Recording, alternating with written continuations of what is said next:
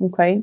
And then I also feel, especially with people that are, that have the Gemini rising, you feel like you're adopted. You feel like you don't belong in that family.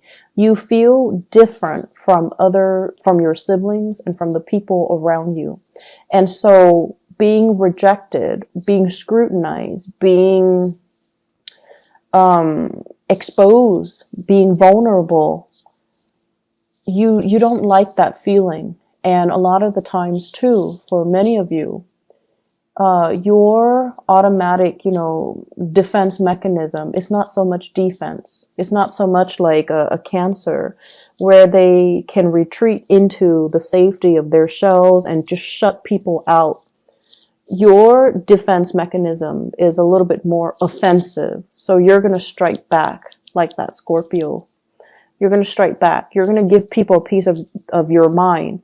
You're going to, rather than directing the energy or the attention to you, you're going to be like, well, oh yeah, but you did this last time. You did that. And so it's a little bit problematic here, because trying to get the last word in and trying to argue with somebody who doesn't really care about truth, who doesn't really care about, morality, who doesn't really care about getting to the bottom of the story or getting to the facts. It's very circular. It doesn't really resolve anything. And then it exposes you more. Okay. So the smart thing to do is actually to retreat into your sanctum, like the Cancers, when they have, the safety and the security of their home, their clan, their shell. Just draw back this energy, not act, and kind of contain yourself and sit still with yourself. And yes, it is very difficult to do that, but you don't really have a choice. Okay. So that is an energy happening since the March timeframe. It is spilling over into April. And the thing about April, because we are dealing with this Mercury retrograde cycle in Aries, nonetheless, the most hot-headed sign in the zodiac, it basically means that, people are going to be very uncensored in the way that they talk. They're just going to shoot out BS at you. They're going to shoot out BS at each other. And no one is really interested in, having substantial, having communication that is valuable or meaningful or communicates what it needs to be communicated. So that's the problem with this energy. And when it's in when it's affecting your ruling planet, it's not a good place to be. And so, shut the world out. Sit still with yourself. Do things without the inputs and the influence of other people. And just try to be very, very self-contained. Gemini is a mutable sign. It's also the sign of duality because, it's the twins. And a lot of the times too, it's really difficult for you to kind of sit still and not have that stimulation from your environment. You need to spark off with another person. You need to have another person to bounce ideas off of. You need another person to kind of think like you in order for you to feel like you're on the right track. So you need a lot of stimulation from other people. You need a lot of feedback from a lot of people. And you need that constant back and forth intellectual rapport with other people and conversation with other people. And that is not really going to serve you well this month. I can't stress enough, you need to pull back your energy, okay? And especially, I feel Gemini suns, but also Gemini moons and rising as well. The rising signs, if you have a lot of earth in you, then I don't see this being a problem. But I feel like if you have a mixture of Gemini and fire signs, you're going to feel really restless and antsy and uncomfortable when you're on your own. And I feel like that's where the problem starts, okay? So find ways to distract yourself. They're saying as well, idle hands are the devil's playground. When you're bored, that's when you're going to start making mistakes. That's when you're going to be distracted and you're just like caught up in the boredom of it, where you're not going to be very mindful about the things that you do. And so, you know, keep yourself entertained, keep yourself focused, keep yourself busy, but more than anything, shut out other people. Okay, shut out other people. First of all, what I'm seeing here, there is going to be a tremendous amount of financial prosperity. So finances looks really good, and you know, no news is always good news in the financial sector. What I feel here is they're saying things are getting wrapped up. Okay, so that basically means publishing, speaking engagements, as well as decisions based on work contracts, based on projects, based on fulfillment, based on, you know, delivery. It's like somebody solicit you for your services, you deliver, you seal the deal, it's done, you get paid, they're rendered a service, everybody's happy. And I feel like you might have, you know, they're saying multi-million, you might have really lucrative contracts that is finalized and you're in a really good space right now. You might have speaking engagement, book deals, whatever it is, those things are finalized. And you're getting, you know, the back pay from that. So there are a lot of projects happening around you, and it seems really stable. It seems really good. There will be as well many, so I'm seeing like celebrations, okay, where you're invited to different functions. And once again, visibility is going to be a big issue for this month, where too much visibility can be a bad thing. So be selective about where you go, and be selective about, you know, the types of crowd that you know is going to be there. So for example, if a friend of a friend has like, you know, this meetup situation, and you know that there will be some people that you don't really click with or jive with, that's going to be there. You can decline, or you can choose to shorten the amount of time that you're there, okay? So I feel like being a little bit more strategic about where you are putting your time, so that it doesn't create a situation where, you know, too much visibility can create conflict, where you're being scrutinized, or you're exposed to things and situations and people that aren't good for you, okay? Because I know deep down you guys are very, very sensitive towards criticism. And so being around people that you pick up intuitively that they don't like you, it's not easy. It's not easy to grimace through that experience, and it's not easy to put on a brave face and pretend like it doesn't affect us. It's not easy. It's not easy for anybody. And so you don't need to put yourself through that, okay? So I do see lots of social functions though, and you know, it's going to have a positive outcome, but I feel like you have many to choose from. You don't have to say yes to them all, so be a little bit selective, okay? What I'm also feeling as well is they're saying interference in the home front.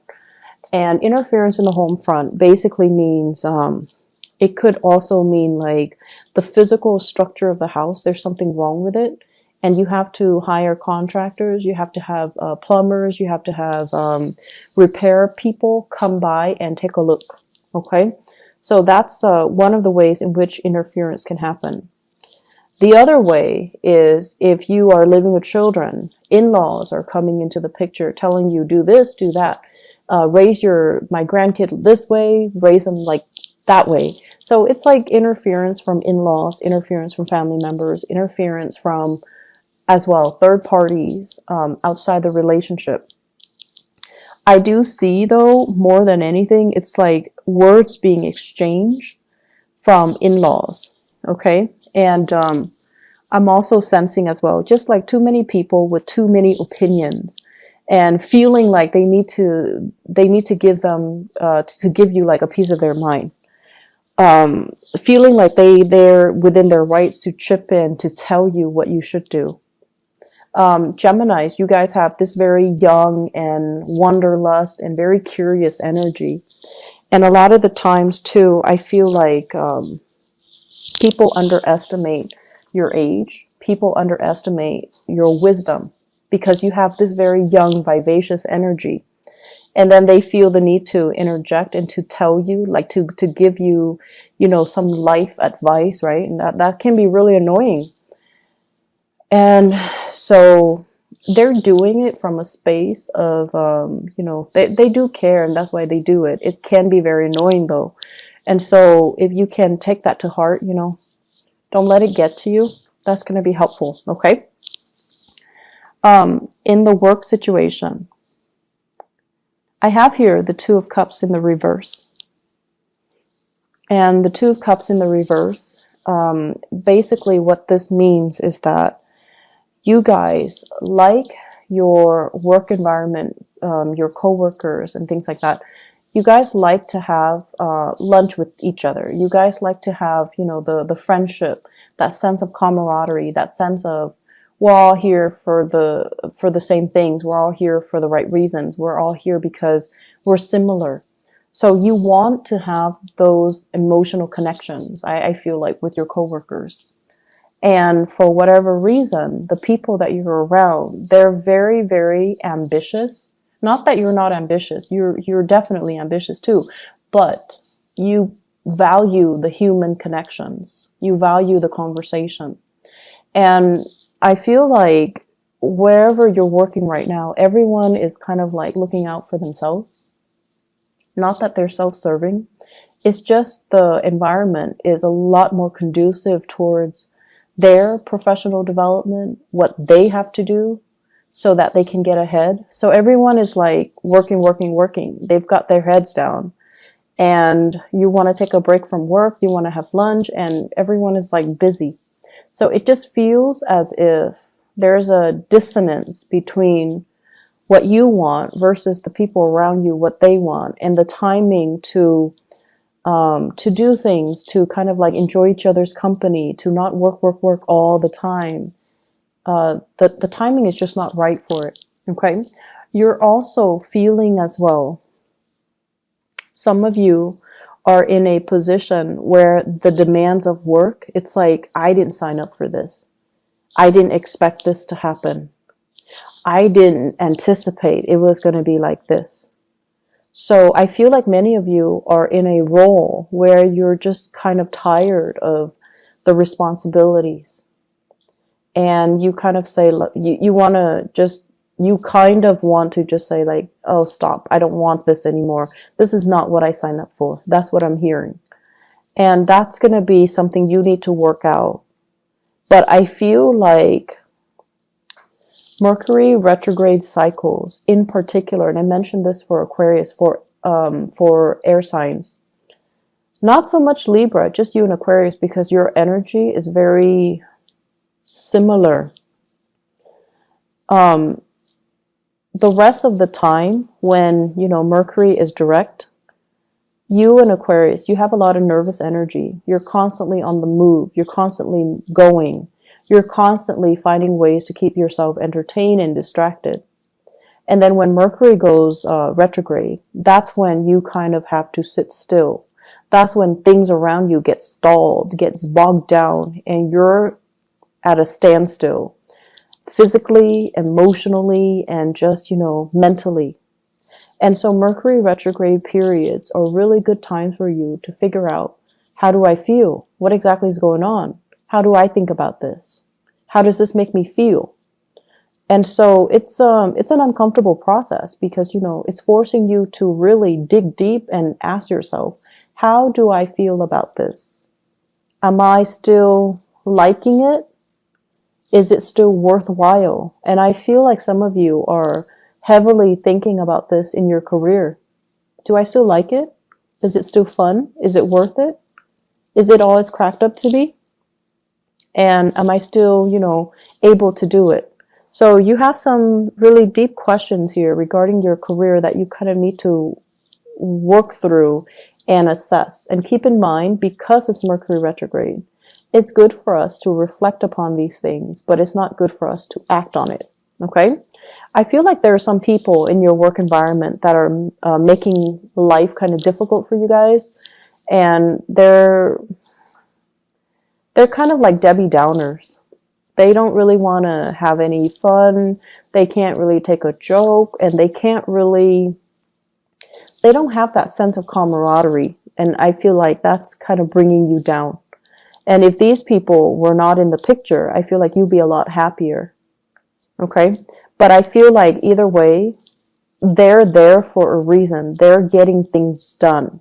So without them there, I feel like um, things can be very unproductive. So you also have to understand people have their purpose. They serve a purpose in this work situation, and to, appreciate uh, what they contribute. Okay, you don't have to like them. You don't have to be buddy buddy with them, but you definitely need to acknowledge the fact that they are contributing something, because I feel like they are. They're just not, fun and bubbly and gregarious and outgoing and friendly, but they have their own things that they are contributing productively to the work environment. Relationships. I have here a fire sign. So this is an Aries, a Leo, or a Sagittarius. And what I feel happening is, for those of you who are dealing with, a fire sign, I feel like you might have children together. You might also share property together. You might also have, like, be in a relationship with each other where you're not really sure if you're still 100% in it. That fire sign seems very caring, very loving, very protective, but they seem a little bit like they're infringing upon your freedom and your independence. Okay. I'm also getting here a water sign: Pisces, Cancer, Scorpio. It shows up here as the Knight of Cups. And the Knight of Cups is somebody who is, if you're starting to date this person, I feel like it can be the start of something good, because this is a really sweet, nice, and genuinely kind person. So that is Pisces, Cancer, Scorpio. There is, in the long run, lack of compatibility. But lack of compatibility is not always, the deal breaker. It's just how you deal with each other's energies, whether or not you're willing to kind of negotiate with each other. But you're dealing with someone who is actually very sensitive, and they have a great sensitivity about them in the way that they communicate. And they're going to put you at ease, because I mentioned before, you guys are really, really sensitive. And I feel almost like when you're hurt, you lash out. When you're hurt, you lash out. And then people don't understand how sensitive you are. And so this person is very sensitive, and they're approaching you kind of like with kitty gloves. And I feel that you can be quite happy with this water sign. Okay. And so what I feel in your relationship sector here is that you're coming from a relationship where the other person might have been more abrasive, to a relationship where the current partner is a lot more responsive and emotionally grounded. So it's like the energy is coming from a fire sign to a water sign. And what that does is that it's forcing you to look at relationship in a different light. It's forcing you to change your tactics, your technique, and change your communication style. You don't have to be on the defense anymore, or you don't have to be on the offense anymore. You're actually with someone who has a lot more sensitivity. Okay. They're saying here a partner that is older and wiser. So you could be male or female. I feel like your partner is a very, very old soul. This is somebody who's really wise. I see an owl. And an owl usually indicates to me someone who is not only, like wise beyond their years, but they're they're a very old soul. And they understand a lot of things without you having to spell things out for them. And I also feel like there's a lot of learning that's going to be happening here. if you allow it. Okay? So the way to maintain more harmony in this relationship is definitely Geminis. Don't interrupt when they're talking. Okay? You're going to be learning a lot from this person. And don't deprive yourself of those opportunities to learn. Okay? I also feel as well, having opportunities to travel together, to kind of expand your worldview, and to try to, it seems to me like a process of incorporating everything that you know. You know, it's not just about trivia, gathering knowledge, but it's more about making connection between all the disparate pieces of knowledge so that you can form a genuine, holistic understanding of a situation. So many of you are kind of like at the next stage of your soul's evolution, where I guess the lower vibration of Gemini is about trivia, gathering knowledge so that you can, answer disparate questions, but not knowing how everything is interrelated, how everything is connected, how everything exists in a web that is all about interconnectedness. So the next phase here, and through the people that you're interacting with, even in the job that you're performing, and the new people that are coming into your social environment, you're learning to kind of like collect knowledge, but also trace out a line or a web to understand how everything is connected, how everything is related, because that's what true accumulation of knowledge is: to understand, to synthesize knowledge, and to arrive at higher quality answers. Okay. I feel like this is the next step of the way. Don't fight it. This is something that you're going to need to do. Okay. As the first air sign of the zodiac, and when we look at, the first six signs, are actually very young. Their souls are very young. And as the first air sign of the zodiac, it is really important for you to kind of look outside of yourself and to look at how other people are doing so that you can emulate what they're doing, and then you can grow. And I feel like with, Libras, it's the second air sign in the zodiac. Libras have a really, really sharp mind. They're able to retain information really well. And they're starting that journey where, they're very curious. They're like very scientific about the way in which they learn, the way they capture ideas, the way they compartmentalize and store information so that they can recall it when they need to.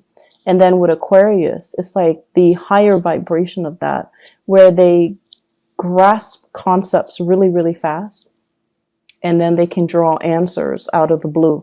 And so with you guys, as the first sign, you're very good, and you're naturally very curious, and you're just really good at, gathering as much information as you can. And it's almost like a scramble for information. But in the process of scrambling to know everything, you're shortchanging yourself. You're not really gathering the high quality answers. You're just gathering knowledge for knowledge's sake without understanding how everything is related. So the way in which you store information, it needs to be changed a little bit so that things have a logical progression, so that things are woven in a way that is a little bit more meaningful. Okay?